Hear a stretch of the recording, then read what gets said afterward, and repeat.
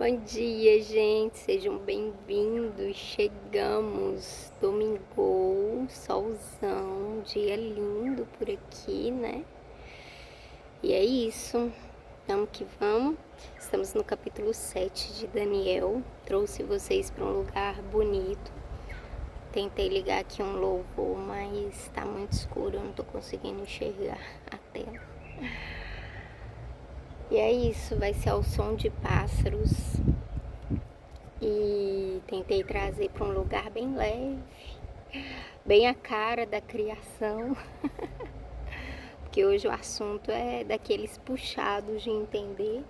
Daniel, como a gente sabe, é um dos profetas que vai falar muito a respeito do fim. E aqui no capítulo 7 ele tem uma visão que até ele fala que fica perturbado, né? Fica até mesmo angustiado com ela, sem saber muito. Então, se ele não entendeu que teve a explicação do próprio anjo, imagina eu. Tem estudioso que, né, vai entender, mas com certeza é teólogo nessa área, né, específica. Mas eu vou fazer o meu melhor aqui, assim como eu fiz, vim pra cá, que às vezes é difícil vir pra cá, assim, dá aquela preguiçona, assim. É mais cômodo ficar no quarto, né? Acordar domingo, a gente só quer. Mas é isso, mas tô aqui pra fazer o meu melhor sempre, pra Deus e pra vocês que estão aí do outro lado. Amém? Vamos começar orando. Amém, Deus. Obrigada, Senhor, pelo dia de hoje. Obrigada por esse dia tão bonito, Pai. Nós declaramos sobre a nossa semana que seja uma semana tão bonita quanto esse dia, Paizinho. Em nome de Jesus, que seja mais fresco, que seja mais úmido, Deus. Em nome de Jesus, que os problemas respiratórios saiam, sabe, Deus, da vida daqueles que estão com esse tipo de problema, Paizinho, assim como cada doença, sabe, Deus, se renda ao poder e ao nome de Jesus Cristo, Pai, que em nome de Jesus sejam sarados os enfermos, Pai, em nome de Jesus, em todas as áreas, área financeira, área emocional, Deus, em nome de Jesus, e que teu Espírito Santo que paira sobre a terra, sabe, Deus, venha entre nós, sabe, Deus, encha-nos em nome de Jesus com a tua verdade, com a tua beleza, com a tua santidade, com o teu amor, com aquilo que o Senhor pode fazer por nós, Deus, em nome de Jesus, queremos nos render a Ti, dizer que Te amamos, que reconhecemos e queremos o Senhor como Senhor e Salvador das nossas vidas. Nos ajuda, Deus, até para Te servir e ser fiel a Ti, nós precisamos da Tua ajuda. Por isso, clamamos a Ti neste dia, neste momento. Colocamos diante de Ti a leitura deste capítulo, Te pedimos, fala conosco, abre o nosso entendimento, o nosso coração para as coisas a respeito do fim. Obrigada por nos avisar antes mesmo de acontecer. Isso revela quem Tu és. Isso revela que o Senhor é o início, o fim, o alfa e o ômega. Muito obrigada por isso. E que nós confiemos em Ti e em tudo que o Senhor fala. Em nome de Jesus, nós oramos e Te pedimos e colocamos diante de Ti este momento. Em nome de Jesus. Amém? Então, bora. Mas é assim, capítulo 7. Certa noite, durante o primeiro ano de Belsazar, como rei da Babilônia, Daniel se deitou na sua cama e sonhou e no sonho teve visões. Quando acordou, ele escreveu aquilo que tinha sonhado. Aqui está o que ele escreveu. No sonho que tive naquela noite, eu vi os ventos soprando de todas as direções e agitando as águas do mar imenso. De repente, saíram do mar 4 monstros enormes, diferentes uns dos outros. O primeiro parecia um leão, mas tinha asas de águia. Enquanto eu olhava, suas asas foram arrancadas e ele foi posto de pé para que andasse como homem. E foi dado a ele uma mente humana. O segundo monstro era parecido com um urso. Ele se levantou nas patas de trás e segurava 3 costelas na boca. E uma voz lhe dizia: vai, coma muita carne.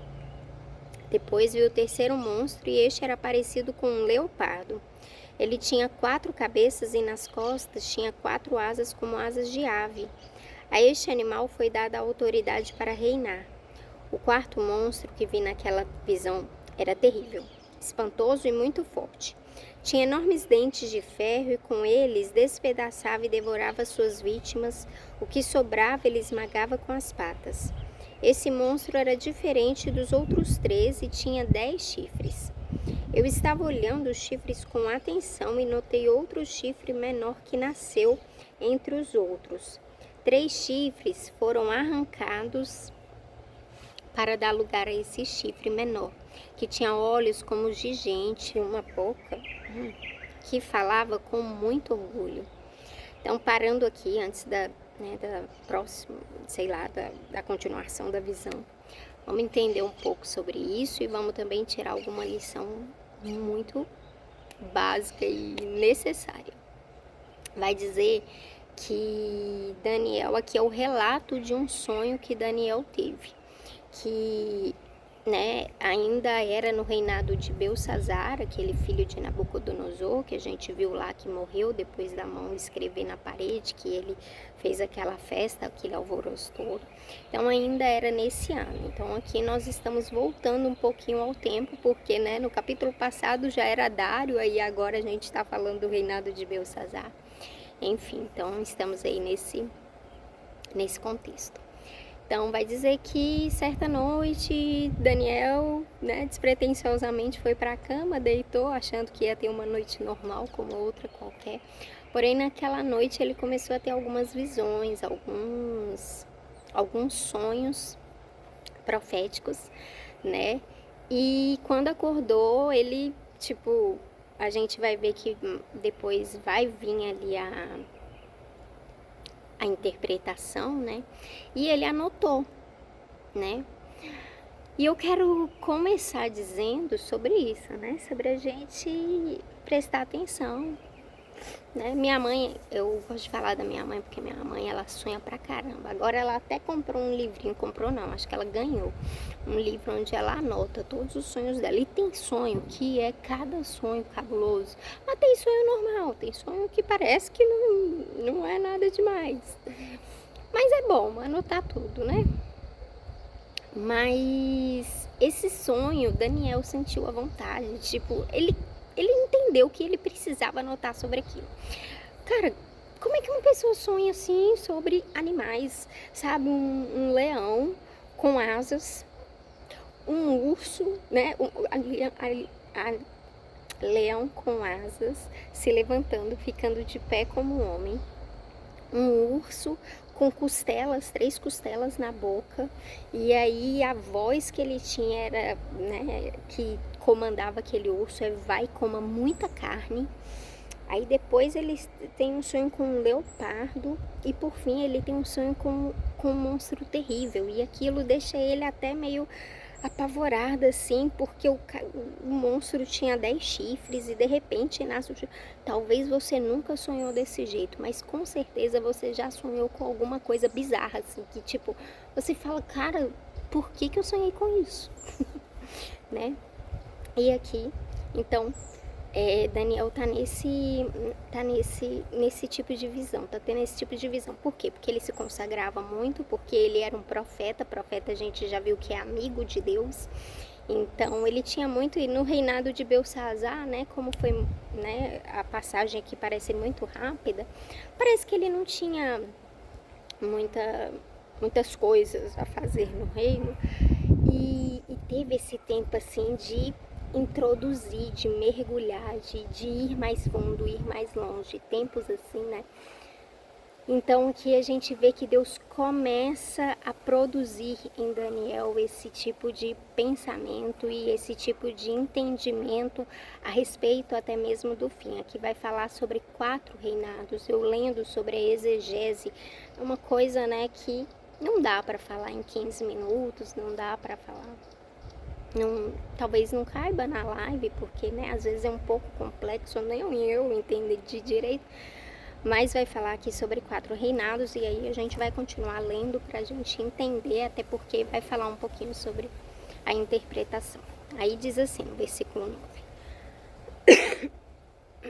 Continuei olhando e vi que foram postos alguns tronos. Num deles assentou-se aquele que sempre existiu.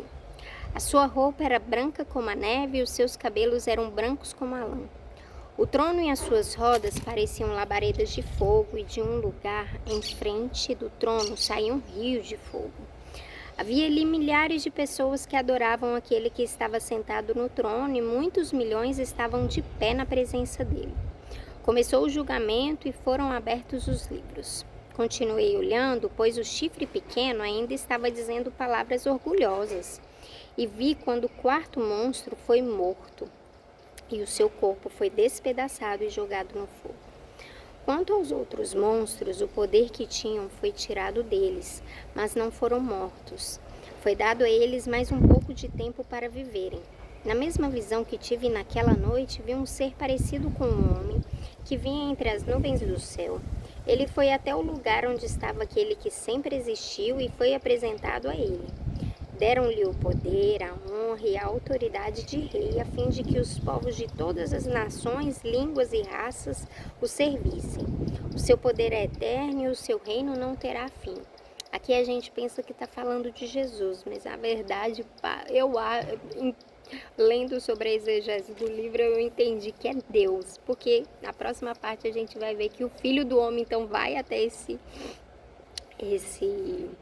ancião, enfim, como está escrito em outras versões. Aí vai dizer assim, versículo 15. As visões me espantaram e eu fiquei preocupado com o que tinha visto. Cheguei perto de um dos que estavam ali e pedi que me explicasse o que eu tinha visto. Então ele explicou assim: os 4 monstros enormes são 4 reis que vão dominar o mundo. Mas o reino será dado ao povo do Deus Altíssimo, e esse povo reinará para sempre. Eu quis saber também a explicação a respeito do 4º monstro, que era diferente dos outros 3, que era terrível e tinha dentes de ferro e unhas de bronze, que despedaçava e devorava suas vítimas e que esmagava com as patas aquilo que sobrava. Pedi também que me explicasse os 10 chifres que esse monstro tinha na cabeça e o outro chifre que havia crescido derrubando 3 chifres. Esse chifre, que parecia mais forte do que os outros, tinha olhos e uma boca que falava com muito orgulho. Enquanto eu olhava, esse chifre começou a lutar contra o povo de Deus e estava vencendo, até que chegou aquele que sempre existiu. Ele julgou a favor do povo do Deus Altíssimo, pois havia chegado o tempo de esse povo começar a reinar. A explicação que recebi foi esta: o 4º monstro é um rei, e o reino dele será bem diferente dos outros. Ele conquistará o mundo inteiro, destruirá todas as nações e as deixará arrasadas. Os 10 chifres representam 10 reis que governarão esse reino. Depois deles aparecerá outro rei que será diferente dos primeiros. Ele derrotará 3 reis. Ele falará contra Deus e perseguirá o povo do Deus Altíssimo. Procurará mudar a lei de Deus e os tempos das festas religiosas. O povo de Deus será dominado por ele durante 3 anos e meio. Mas depois disso o tribunal o condenará, e assim ele perderá o seu reino e o seu poder acabará para sempre. Mas o reino, o poder e a glória serão dados ao povo do Deus Altíssimo, e eles governarão o mundo inteiro para sempre. Todos os outros povos o servirão, todos lhes obedecerão. Aqui termina a explicação. Eu continuei muito preocupado com os meus pensamentos, e o meu rosto ficou pálido, mas eu não disse nada a ninguém. Deixa eu ver quanto tempo temos. Então aqui a gente tem aí a explicação, né? Então foi a explicação aí, foi um sonho referente a esses reinos, né? Daniel, ele desde o início, lá em Nabucodonosor, quando Nabucodonosor tem aquele sonho, ele explica sobre esses reinos, né, que viriam após ele. E aí, agora, mais pra frente, no reino de Belsazar, ele mesmo tem essas visões, E a gente não sabe. O que eu escrevi no meu caderno eu não sei se esses signos já começaram a acontecer, como é que tá, né? Isso tudo. E as pessoas vivem nessa busca aí por essas explicações para saber. Mas o que a gente precisa saber é que existe, né, esse tempo assim que haverá esses reinos, serão levantados esses reinos, depois será devolvido, será restituído, né, tudo a Jesus, a Deus. E aí esses chifres, né, eles representam essa dificuldade que o povo de Deus vai ter, enfim, toda essa questão de pré-tribulacionista, pós-tribulacionista, então está descrito aqui, mas o fim de tudo é salvação para aqueles que permanecerem até o fim. E é isso, meu tempo acabou. Vou tentar escrever um pouco mais aqui na legenda, mas é isso. Amém? Tchau, gente. Bom domingo pra vocês. Deus abençoe.